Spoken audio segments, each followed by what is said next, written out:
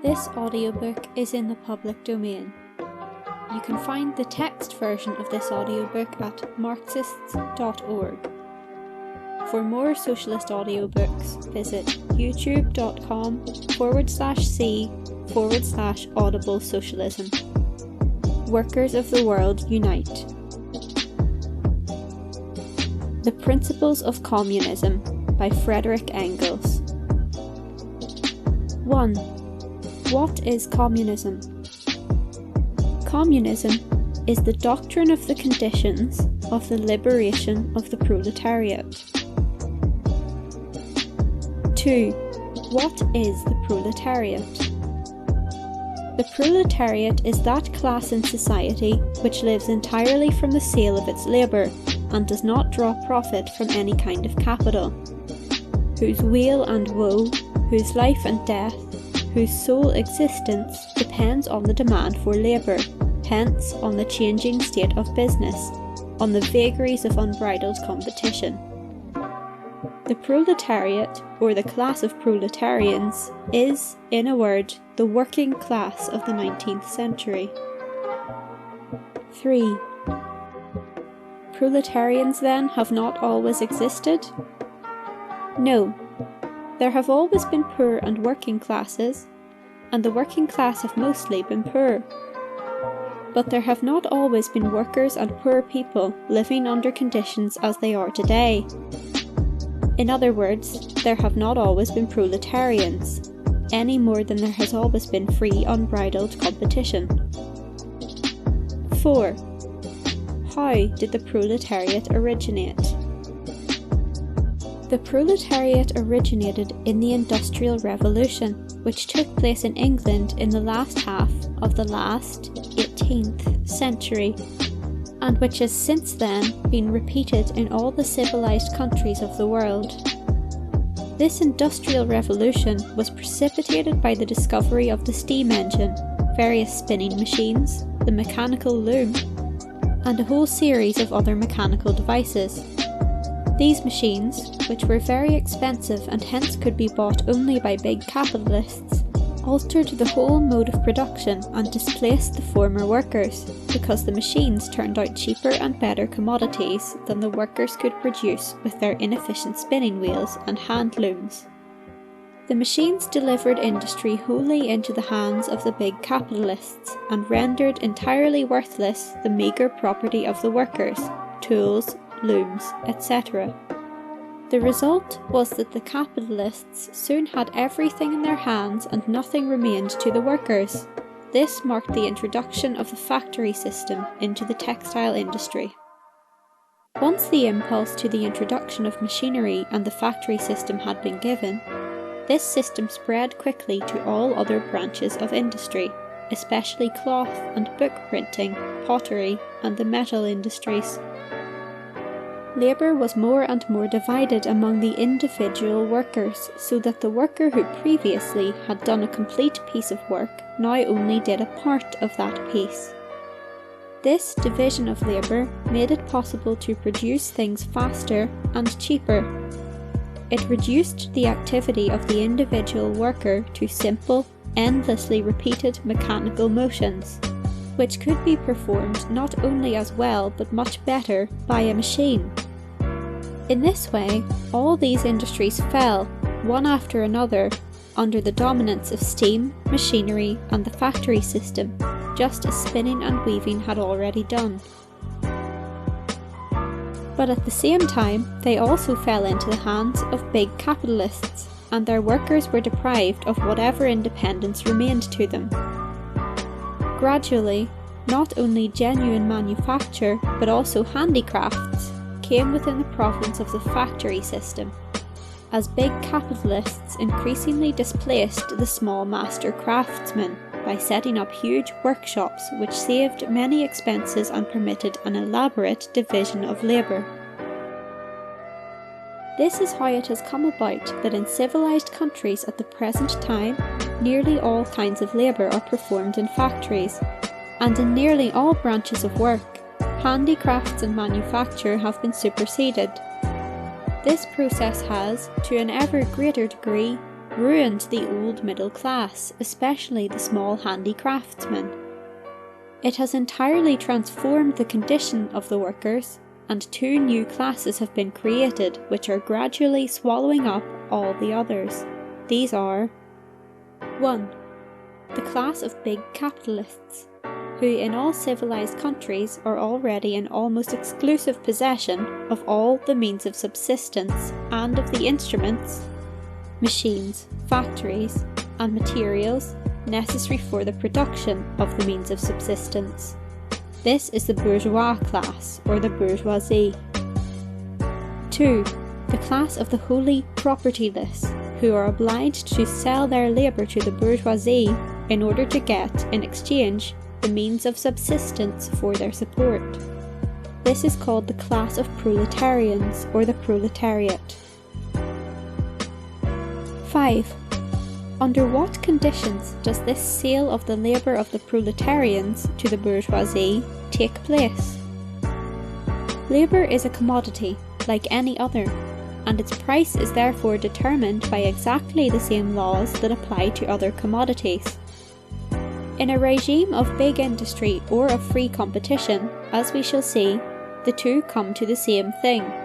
The price of a commodity is, on the average, always equal to its cost of production. Hence, the price of labour is also equal to the cost of production of labour. But the costs of production of labour consist of precisely the quantity of means of subsistence necessary to enable the worker to continue working, and to prevent the working class from dying out.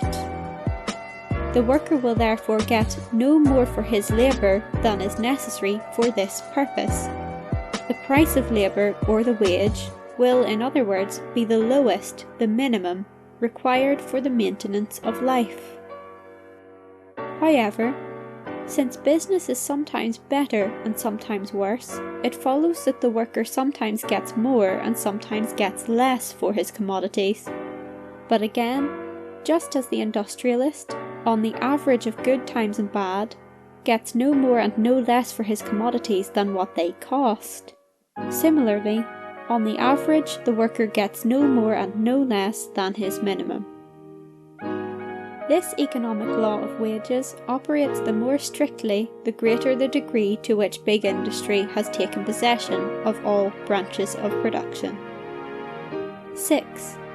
What working classes were there before the Industrial Revolution? The working classes have always, according to the different stages of development of society, lived in different circumstances and had different relations to the owning and ruling classes. In antiquity, the workers were the slaves of the owners, just as they still are in many backward countries and even in the southern part of the United States. In the Middle Ages, they were the serfs of the landowning nobility, as they still are in Hungary, Poland, and Russia. In the Middle Ages, and indeed right up to the Industrial Revolution, there were also journeymen in the cities who worked in the service of petty bourgeois masters. Gradually, as manufacture developed, these journeymen became manufacturing workers who were, even then, employed by larger capitalists. 7. In what way do proletarians differ from slaves? The slave is sold once and for all. The proletarian must sell himself daily and hourly. The individual slave, property of one master, is assured an existence, however miserable it may be, because of the master's interest. The individual proletarian, property as it were of the entire bourgeois class, which buys his labour only when someone has need of it, has no secure existence. This existence is assured only to the class as a whole. The slave is outside competition. The proletarian is in it and experiences all its vagaries. The slave counts as a thing, not as a member of society. Thus, the slave can have a better existence than the proletarian, while the proletarian belongs to a higher stage of social development and himself stands on a higher social level than the slave. The slave frees himself when, of all the relations of private property, he abolishes only the relation of slavery and thereby becomes a proletarian. The proletarian can free himself only by abolishing private property in general. 8. In what way do proletarians differ from serfs? The serf possesses and uses an instrument of production, a piece of land, in exchange for which he gives up a part of his product or part of the services of his labour. The proletarian works with the instruments of production of another for the account of this other, in exchange for a part of the product. The serf gives up, the proletarian receives. The serf has an assured existence, the proletarian has not. The serf is outside competition, the proletarian is in it. The serf liberates himself in one of three ways. Either he runs away to the city and there becomes a handy craftsman, or instead of products and services, he gives money to his lord and thereby becomes a free tenant. Or he overthrows his feudal lord and himself becomes a property owner. In short, by one route or another, he gets into the owning class and enters into competition. The proletarian liberates himself by abolishing competition, private property, and all class differences. 9. In what way do proletarians differ from handy craftsmen? In contrast to the proletarian, the so-called handicraftsman, as he still existed almost everywhere in the past 18th century, and still exists here and there at present, is a proletarian at most temporarily. His goal is to acquire capital himself, wherewith to exploit other workers. He can often achieve this goal where guilds still exist or where freedom from guild restrictions has not yet led to the introduction of factory-style methods into the crafts, nor yet to fierce competition. But as soon as the factory system has been introduced into the crafts and competition flourishes fully, this perspective dwindles away and the handicraftsman becomes more and more a proletarian. The handicraftsman, therefore, frees himself by becoming either bourgeois or entering the middle class in general, or becoming a proletarian because of competition, as is now more often the case. In which case he can free himself by joining the proletarian movement, i.e. the more or less communist movement. 10. In what way do proletarians differ from manufacturing workers? The manufacturing worker of the 16th to the 18th centuries still had, with but few exceptions, an instrument of production in his own possession, his loom, the family spinning wheel, a little plot of land which he cultivated in his spare time. The proletarian has none of these things.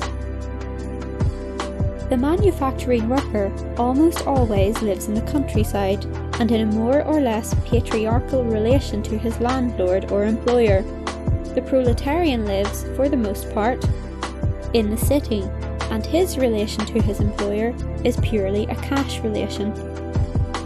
The manufacturing worker is torn out of his patriarchal relation by big industry, loses whatever property he still has, and in this way becomes a proletarian.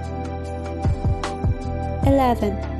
What were the immediate consequences of the Industrial Revolution and of the division of society into bourgeoisie and proletariat? First, the lower and lower prices of industrial products brought about by machine labour totally destroyed in all countries of the world the old system of manufacture or industry based upon hand labour. In this way, all semi-barbarian countries which had hitherto been more or less strangers to historical development, and whose industry had been based on manufacture, were violently forced out of their isolation. They bought the cheaper commodities of the English and allowed their own manufacturing workers to be ruined. Countries which had known no progress for thousands of years, for example India, were thoroughly revolutionized, and even China is now on the way to a revolution. We have come to the point where a new machine invented in England deprives millions of Chinese workers of their livelihood within a year's time. In this way, big industry has brought all the people of the earth into contact with each other, has merged all local markets into one world market, has spread civilization and progress everywhere, and has thus ensured that whatever happens in civilized countries will have repercussions in all other countries. It follows that if the workers in England or France now liberate themselves, this must set off revolution in all other countries, revolutions which, sooner or later, must accomplish the liberation of their respective working class. Second, wherever big industries displaced manufacture, the bourgeoisie developed in wealth and power to the utmost, and made itself the first class of the country. The result was that wherever this happened, the bourgeoisie took political power into its own hands and displaced the hitherto ruling classes, the aristocracy, the guild masters, and their representative, the absolute monarchy. The bourgeoisie annihilated the power of the aristocracy, the nobility, by abolishing the entailment of estates. In other words, by making landed property subject to purchase and sale, and by doing away with the special privileges of the nobility. It destroyed the power of the guild masters by abolishing guilds and handicraft privileges. In their place, it put competition, that is, a state of society in which everyone has the right to enter into any branch of industry, the only obstacle being a lack of the necessary capital. The introduction of free competition is thus public declaration that from now on the members of society are unequal only to the extent that their capitals are unequal, that capital is the decisive power, and that therefore the capitalists, the bourgeoisie, have become the first class in society.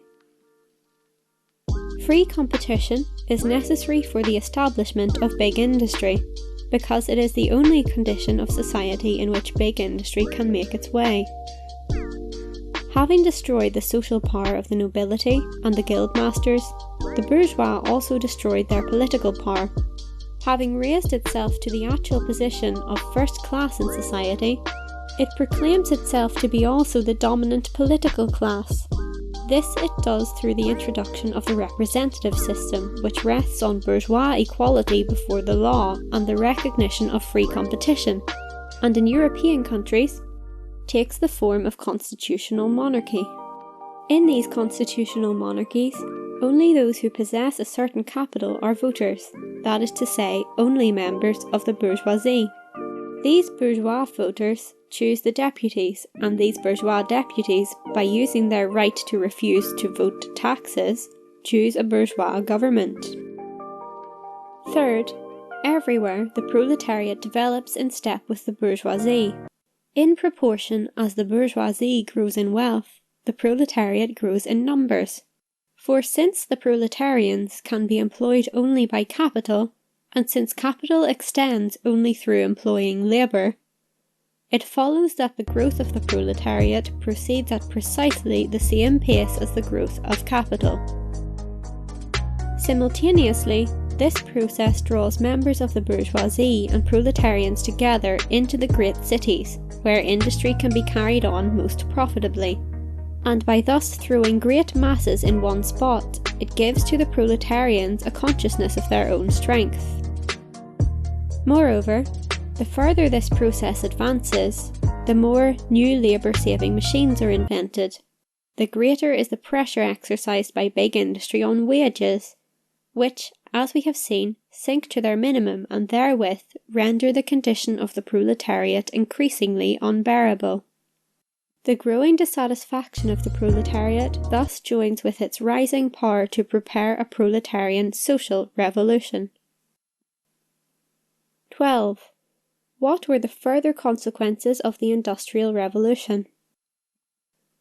Big industry created in the steam engine and other machines the means of endlessly expanding industrial production, speeding it up and cutting its costs.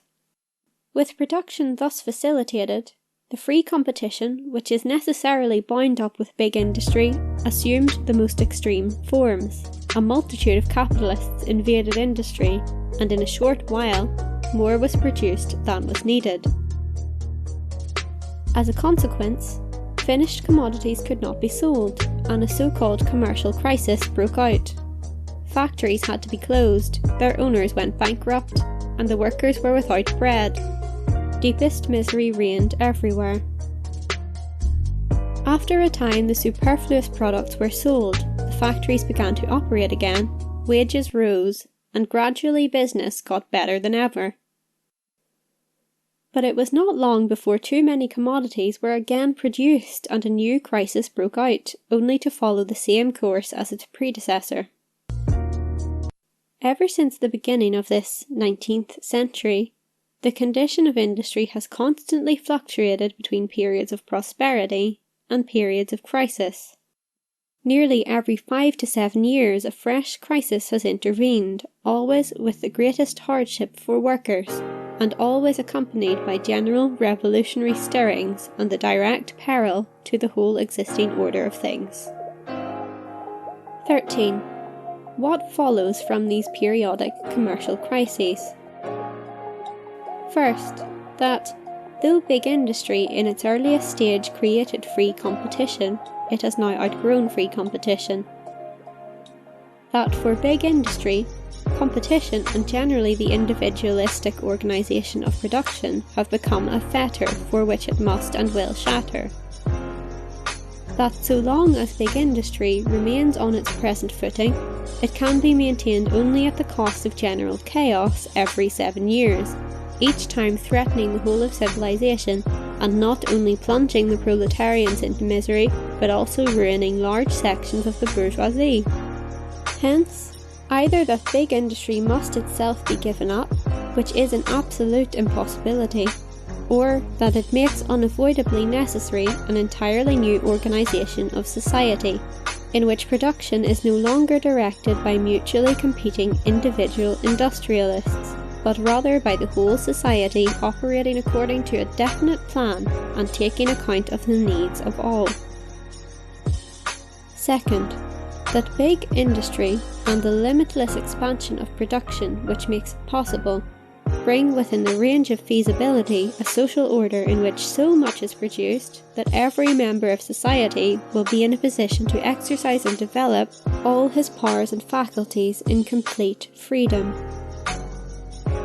It thus appears that the very qualities of big industry which, in our present-day society, produce misery and crises, are those which in a different form of society will abolish this misery and these catastrophic depressions. We see with the greatest clarity, 1. That all these evils are from now on to be ascribed solely to a social order which no longer corresponds to the requirements of the real situation, and 2. That it is possible through a new social order to do away with these evils altogether. 14. What will this new social order have to be like? Above all, it will have to take the control of industry and of all branches of production out of the hands of mutually competing individuals, and instead institute a system in which all these branches of production are operated by society as a whole. That is, for the common account, according to a common plan, and with the participation of all members of society. It will, in other words, abolish competition and replace it with association. Moreover, since the management of industry by individuals necessarily implies private property, and since competition is in reality merely the manner and form in which the control of industry by private property owners expresses itself, it follows that private property cannot be separated from competition and the individual management of industry. Private property must, therefore, be abolished, and in its place must come the common utilisation of all instruments of production and the distribution of all products according to common agreement. In a word, what is called the communal ownership of goods.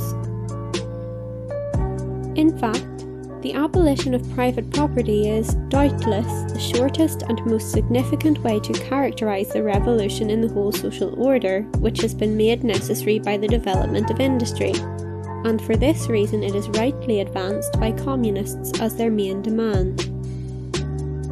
15. Was not the abolition of private property possible at an earlier time? No. Every change in the social order, every revolution in property relations, is the necessary consequence of the creation of new forces of production, which no longer fit into the old property relations. Private property has not always existed. When, toward the end of the Middle Ages, there arose a new mode of production which could not be carried on under the then existing feudal and guild forms of property, this manufacture, which had outgrown the old property relations, created a new property form, private property. And for manufacture and the earliest stage of development of big industry, private property was the only possible property form. The social order based on it was the only possible social order. So long as it is not possible to produce so much that there is enough for all, with more left over for expanding the social capital and extending the forces of production, so long as this is not possible, there must always be a ruling class directing the use of society's productive forces and a poor oppressed class. How these classes are constituted depends on the stage of development. The agrarian Middle Ages gave us the baron and the serf. The cities of the later Middle Ages show us the guildmaster and the journeyman and the day labourer. The 17th century has its manufacturing workers. The 19th has big factory owners and proletarians. It is clear that, up to now, the forces of production have never been developed to the point where enough could be developed for all, and that private property has become a fetter and a barrier in relation to the further development of the forces of production. Now, however, the development of big industry has ushered in a new period. Capital and the forces of production have been expanded to an unprecedented extent, and the means are at hand to multiply them without limit in the near future. Moreover, the forces of production have been concentrated in the hands of a few bourgeois, while the great mass of the people are more and more falling into the proletariat, their situation becoming more wretched and intolerable in proportion to the increase of wealth of the bourgeoisie. And finally, these mighty and easily extended forces of production have so far outgrown private property and the bourgeoisie that they threaten at any moment to unleash the most violent disturbances of the social order. Now, under these conditions, the abolition of private property has become not only possible, but absolutely necessary. 16. Will the peaceful abolition of private property be possible? It would certainly be desirable if this could happen, and the communists would certainly be the last to oppose it. Communists know only too well that all conspiracies are not only useless but even harmful. They know all too well that revolutions are not made intentionally and arbitrarily, but that, everywhere and always, they have been the necessary consequence of conditions which were wholly independent of the will and direction of individual parties and entire classes. But they also see that the development of the proletariat in nearly all civilized countries has been violently suppressed, and that in this way the opponents of communism have been working toward a revolution with all their strength. If the oppressed proletariat is finally driven to revolution, then we communists will defend the interests of the proletarians with deeds as we now defend them with words. 17. Will it be possible for private property to be abolished at one stroke? No. No more than existing forces of production can at one stroke be multiplied to the extent necessary for the creation of a communal society. In all probability, the proletarian revolution will transform existing society gradually. and will be able to abolish private property only when the means of production are available in sufficient quantity. 18. What will be the course of this revolution? Above all, it will establish a democratic constitution, and through this the direct or indirect dominance of the proletariat. Direct in England, where the proletarians are already a majority of the people.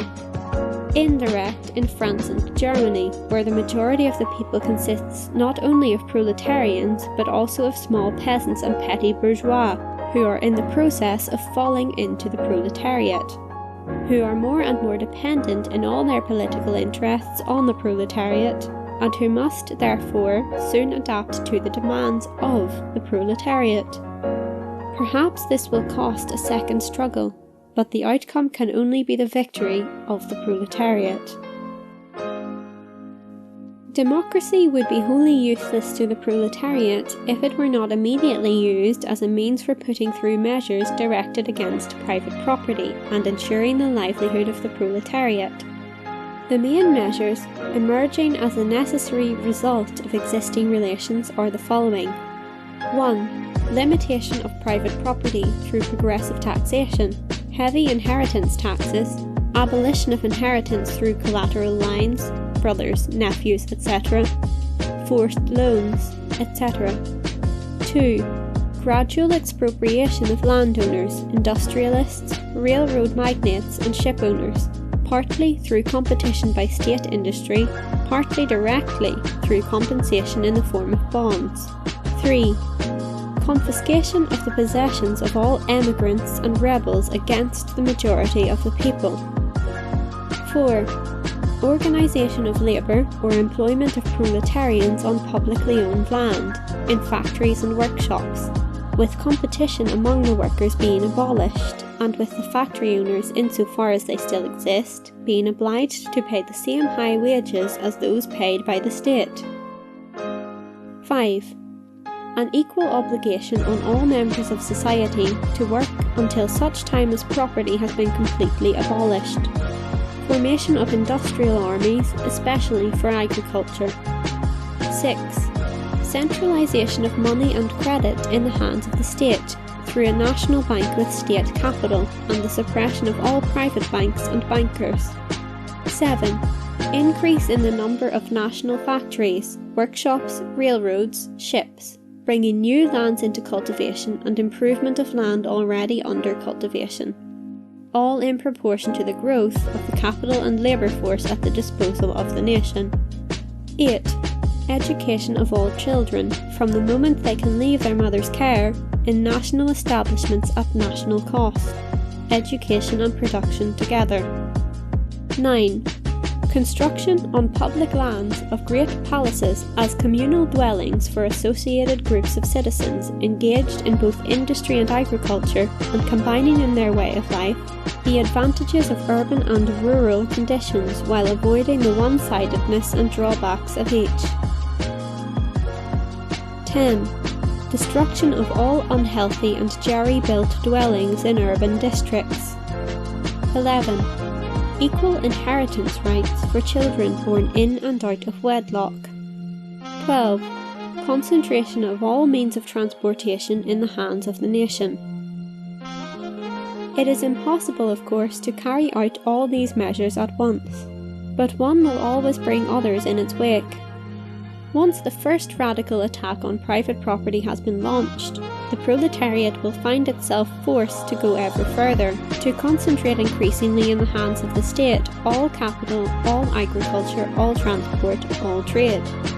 All the foregoing measures are directed to this end, and they will become practicable and feasible, capable of producing their centralising effects to precisely the degree that the proletariat, through its labour, multiplies the country's productive forces. Finally, when all capital, all production, all exchange have been brought together in the hands of the nation, private property will disappear of its own accord, money will become superfluous, and production will so expand, and man so change, that society will be able to slough off whatever of its old economic habits may remain. 19. will it be possible for this revolution to take place in one country alone? No. By creating the world market, big industry has already brought all the peoples of the earth, and especially the civilized peoples, into such close relation with one another that none is independent of what happens to the others. Further, it has coordinated the social development of the civilized countries to such an extent that, in all of them, bourgeoisie and proletariat have become decisive classes, and the struggle between them, the great struggle of the day. It follows that the communist revolution will not merely be a national phenomenon, but must take place simultaneously in all civilized countries, that is to say, at least in England, America, France, and Germany. It will develop in each of these countries more or less rapidly, according as one country or the other has a more developed industry, greater wealth, a more significant mass of productive forces. Hence, it will go slowest and will meet most obstacles in Germany, most rapidly and with the fewest difficulties in England. It will have a powerful impact on the other countries of the world, and will radically alter the course of development which they have followed up to now, while greatly stepping up its pace. It is a universal revolution, and will accordingly have a universal range. 20. What will be the consequences of the ultimate disappearance of private property? Society will take all forces of production and means of commerce, as well as the exchange and distribution of products, out of the hands of private capitalists, and will manage them in accordance with a plan based on the availability of resources and the needs of the whole society. In this way, most important of all, the evil consequences which are now associated with the conduct of big industry will be abolished. There will be no more crises. The expanded production, which for the present order of society is overproduction and hence a prevailing cause of misery, will then be insufficient and in need of being expanded much further. Instead of generating misery, overproduction will reach beyond the elementary requirements of society to assure the satisfaction of the needs of all. It will create new needs and at the same time the means of satisfying them. It will become the condition of, and the stimulus to, new progress, which will no longer throw the whole social order into confusion as progress has always done in the past. Big industry, freed from the pressure of private property, will undergo such an expansion that what we now see will seem as petty in comparison as manufacture seems when put beside the big industry of our own day. This development of industry will make available to society a sufficient mass of products to satisfy the needs of everyone. The same will be true of agriculture, which also suffers from the pressure of private property and is held back by the division of privately owned land into small parcels. Here, existing improvements and scientific procedures will be put into practice, with a resulting leap forward which will assure to society all the products it needs. In this way, such an abundance of goods will be able to satisfy the needs of all its members. The division of society into different, mutually hostile classes will then become unnecessary. Indeed, it will be not only unnecessary, but intolerable in the new social order. The existence of classes originated in the division of labour, and the division of labour, as it has been known up to the present, will completely disappear. For mechanical and chemical processes are not enough to bring industrial and agricultural production up to the level we have described. The capacities of the men who make use of these processes must undergo a corresponding development. Just as the peasants and manufacturing workers of the last century changed their whole way of life and became quite different people when they were drawn into big industry, in the same way, communal control over production by society as a whole and the resulting new development will require both an entirely different kind of human material. People will no longer be, as they are today, subordinated to a single branch of production, bound to it, exploited by it. They will no longer develop one of their faculties at the expense of all others. They will no longer know only one branch or one branch of a single branch of production as a whole. Even industry as it is today is finding such people less and less useful. Industry controlled by society as a whole and operated according to a plan presupposes well-rounded human beings, their faculties developed in balanced fashion, able to see the system of production in its entirety. The form of the division of labour which makes one a peasant, another a cobbler, a third a factory worker, a fourth a stock market operator, hath already been undermined by machinery and will completely disappear. Education will enable young people quickly to familiarise themselves with the whole system of production and to pass from one branch of production to another in response to the needs of society or their own inclinations. It will therefore free them from the one-sided character which the present-day division of labour impresses upon every individual. Communist society will in this way make it possible for its members to put their comprehensively developed faculties to full use. But when this happens, classes will necessarily disappear. It follows that society organised on a communist basis is incompatible with the existence of classes on the one hand, and that the very building of such a society provides the means of abolishing class differences on the other. A corollary of this is that the difference between city and country is destined to disappear. The management of agriculture and industry by the same people rather than by two different classes of people is, if only for purely material reasons, a necessary condition of communist association. The dispersal of the agricultural population on the land, alongside the crowding of the industrial population into the great cities, is a condition which corresponds to an undeveloped state of both agriculture and industry and can already be felt as an obstacle to further development.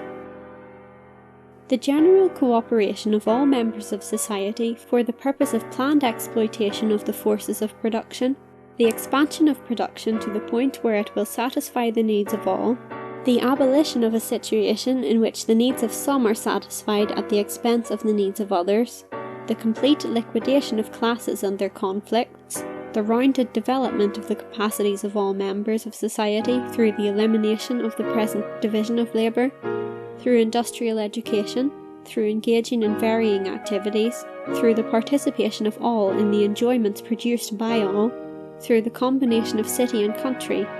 These are the main consequences of the abolition of private property. 21. What will be the influence of communist society on the family? It will transform the relations between the sexes into a purely private matter which concerns only the persons involved, and into which society has no occasion to intervene. It can do this since it does away with private property and educates children on a communal basis, and in this way removes the two bases of traditional marriage: the dependence rooted in private property of the woman on the man and of the children on the parents. And here is the answer to the outcry of the highly moral Philistines against the community of women. Community of women is a condition which belongs entirely to bourgeois society, and which today finds its complete expression in prostitution. But prostitution is based on private property and falls with it. Thus, communist society, instead of introducing the community of women, in fact, abolishes it. 22. What will be the attitude of communism to existing nationalities? The nationalities of the peoples associating themselves in accordance with the principle of community will be compelled to mingle with each other as a result of this association, and thereby to dissolve themselves. Just as the various estate and class distinctions must disappear through the abolition of their basis, private property. 23. What will be its attitude to existing religions?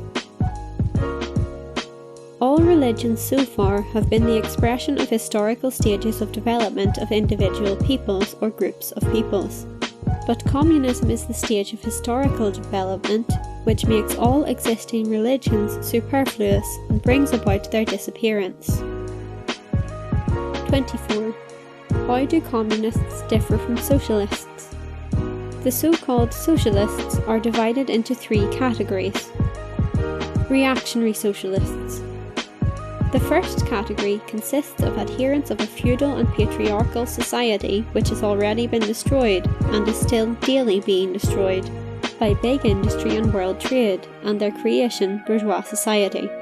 This category concludes from the evils of existing society that feudal and patriarchal society must be restored because it was free of such evils. In one way or another, all their proposals are directed to this end. This category of reactionary socialists, for all their seeming partisanship and their scalding tears for the misery of the proletariat, is nevertheless energetically opposed by the communists for the following reasons. 1. It strives for something which is entirely impossible. 2. It seeks to establish the rule of the aristocracy, the guild masters, the small producers, and their retinue of absolute or feudal monarchs, officials, soldiers, and priests. A society which was, to be sure, free of the evils of present-day society, but which brought it at least as many evils without even offering to the oppressed workers the prospect of liberation through a communist revolution. 3. As soon as the proletariat becomes revolutionary and communist, these reactionary socialists show their true colours by immediately making common cause with the bourgeoisie against the proletarians. Bourgeois Socialists.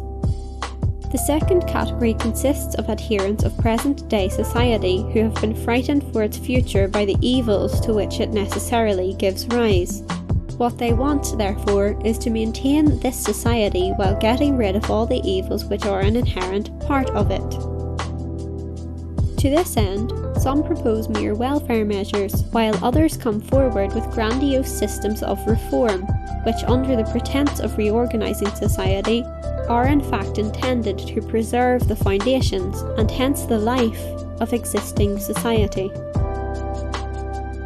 Communists must unremittingly struggle against these bourgeois socialists, because they work for the enemies of communists and protect the society which communists aim to overthrow. Democratic Socialists. Finally, the third category consists of democratic socialists who favour some of the same measures the communists advocate, as described in question 18. Not as part of the transition to communism, however, but as measures which they believe will be sufficient to abolish the misery and evils of present-day society. These democratic socialists are either proletarians who are not yet sufficiently clear about the conditions of the liberation of their class, or they are representatives of the petty bourgeoisie, a class which, prior to the achievement of democracy and the socialist measures to which it gives rise, has many interests in common with the proletariat. It follows that, in moments of action, the communists will have come to an understanding with these democratic socialists, and in general to follow as far as possible a common policy with them, provided that these socialists do not enter into the service of the ruling bourgeoisie and attack the communists. It is clear that this form of cooperation in action does not exclude the discussion of differences. 25. What is the attitude of the communists to the other political parties of our time? This attitude is different in the different countries. In England, France and Belgium, where the bourgeoisie rules, the communists still have a common interest with the various democratic parties. An interest which is all the greater the more closely the socialistic measures they champion approach the aims of the communists, that is, the more clearly and definitely they represent the interests of the proletariat, and the more they depend on the proletariat for support. In England, for example, the working class Chartrists are definitely closer to the communists than the democratic petty bourgeoisie or the so-called radicals. In America, where a democratic constitution has already been established, the communists must make the common cause with the party which will turn this constitution against the bourgeoisie, and use it in the interests of the proletariat, that is, with the agrarian national reformers. In Switzerland, the radicals, though a very mixed party, are the only group with which the communists can cooperate, and among these radicals, the Vaudois and the Genevese are the most advanced. In Germany, finally, the decisive struggle now on the order of the day is that between the bourgeoisie and the absolute monarchy. Since the communists cannot enter upon the decisive struggle between themselves and the bourgeoisie until the bourgeoisie is in power, it follows that it is in the interest of the communists to help the bourgeoisie to power as soon as possible in order the sooner to be able to overthrow it. Against the government, therefore, the communists must continually support the radical Liberal Party, taking care to avoid the self-deceptions of the bourgeoisie and not fall for the enticing promises of benefits, which a victory for the bourgeoisie would allegedly bring to the proletariat. The sole advantages which the proletariat would derive from a bourgeois victory would consist 1. In various concessions which would facilitate the unification of the proletariat into a closely knit, battle-worthy and organised class, and 2. In the certainty that on the very day the absolute monarchies fall, the struggle between bourgeoisie and proletariat will start. From that day on, the policy of the communists will be the same as it now is in the countries where the bourgeoisie is already in power. End of recording.